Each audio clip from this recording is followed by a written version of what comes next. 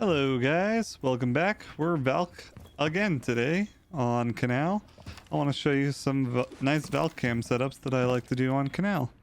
This one's really nice. It provides you with a full coverage of A site for any sort of post-plant C4. And as they're coming in from the room here, even if they know that it's there, the gates kind of block it. The second one that I normally put up when I'm playing Valk on this site is for Printer Hall.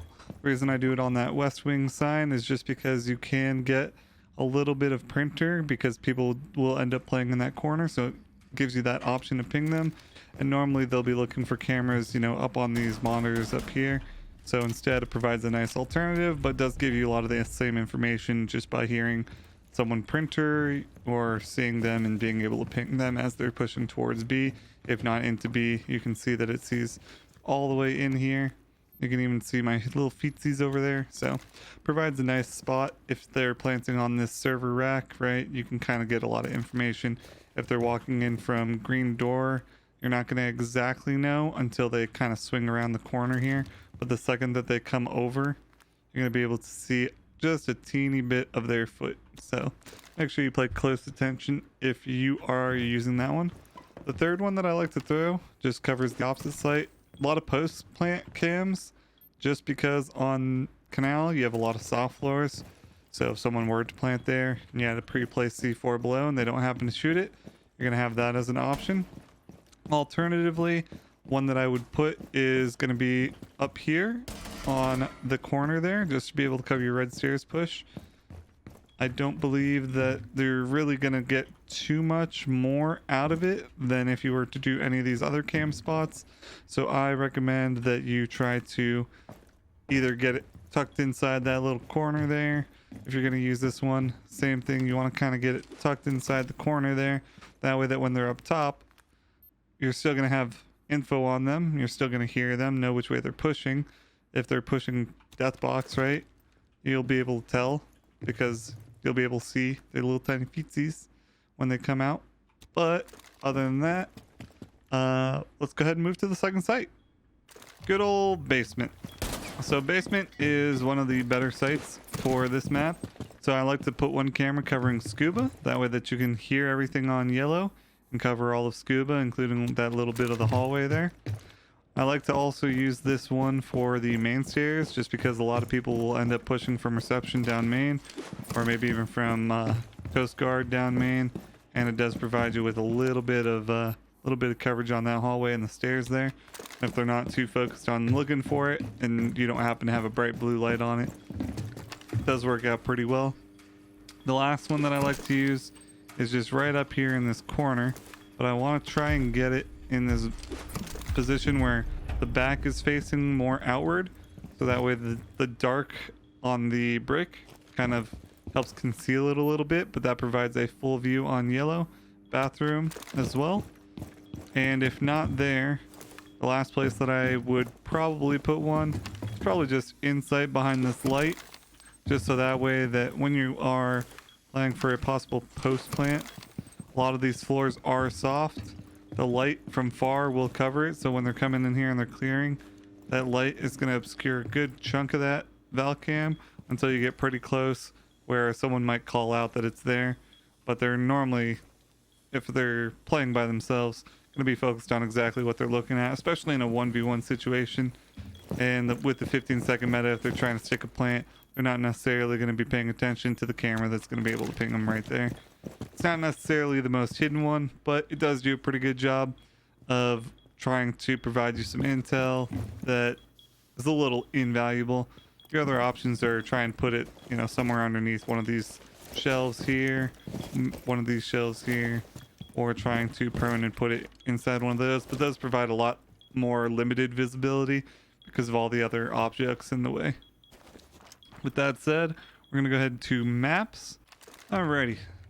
So security maps, there's a couple different spots that you have to worry about. You have to worry about people coming from hatch, people from coming from kitchen. If you have a mirror, you're probably going to play with all that open.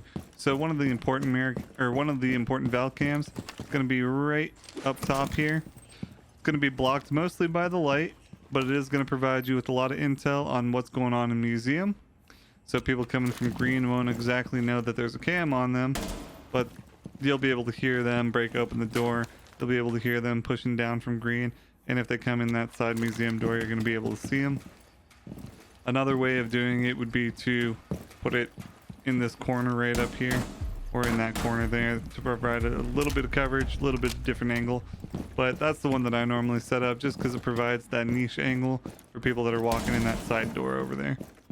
One of the other cameras that I like to put up is going to be very similar. It's going to be this map one, just because people are going to be pushing in from map. This provides you a lot of information for people that might come from, let's say, like Zipper, right? You're going to be able to see anyone who swings out from Zipper looking towards that hallway there. When you're looking at West Wing, you're going to be able to see the foot of that person, right? It's also going to be helpful for if the person is trying to push sight. They're going to be holding an angle probably either on this map or by the door, trying to push in if they get that far. The last one that I do is actually just the one for above. Same one that we saw on the radar room sight hold. You want to go up on top here, and then throw your cam inside and provide yourself with that top floor coverage, so that way if someone's trying to fuse the floor above, you'll have that info and you can maybe try and get someone to C4 the person.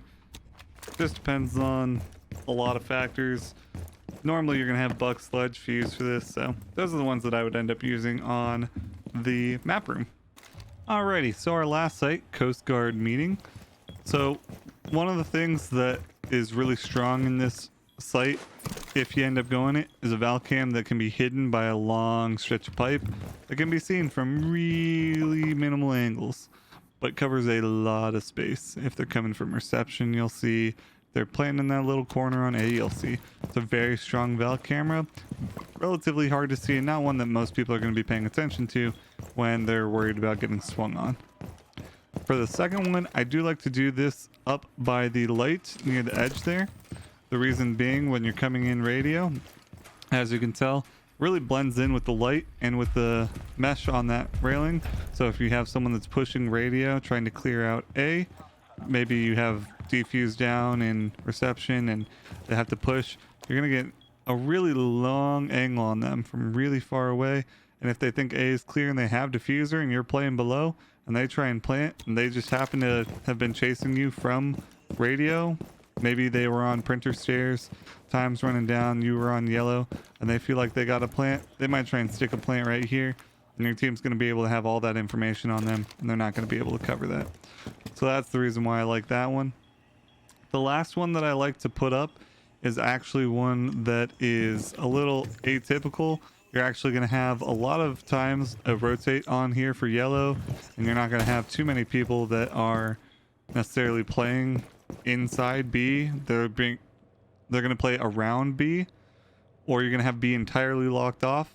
There's normally not too much in between on that from what I see. So this last cam that I like to play is actually up here on the corner of this wall behind the box. The reason being, provides you coverage of that whole wall as well as scuba stairs and the hallway.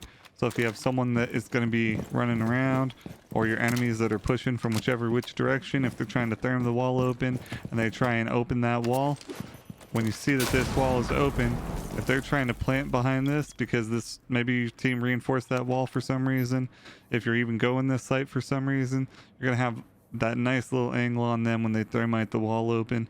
It's going to provide you some nice, excellent coverage. I hope you guys enjoyed this video. If you want more Valk content, let me know what Valk content you want on what maps, and I'd be more than happy to start filling some of those blanks in. Next week, we're going to be doing Castle on Thursday, and then a bit of a game changer on Tuesday in regards to how you might think about fall damage in Siege. So feel free to check that out when it comes out next week. I hope to see you guys again soon. Thanks again for stopping by.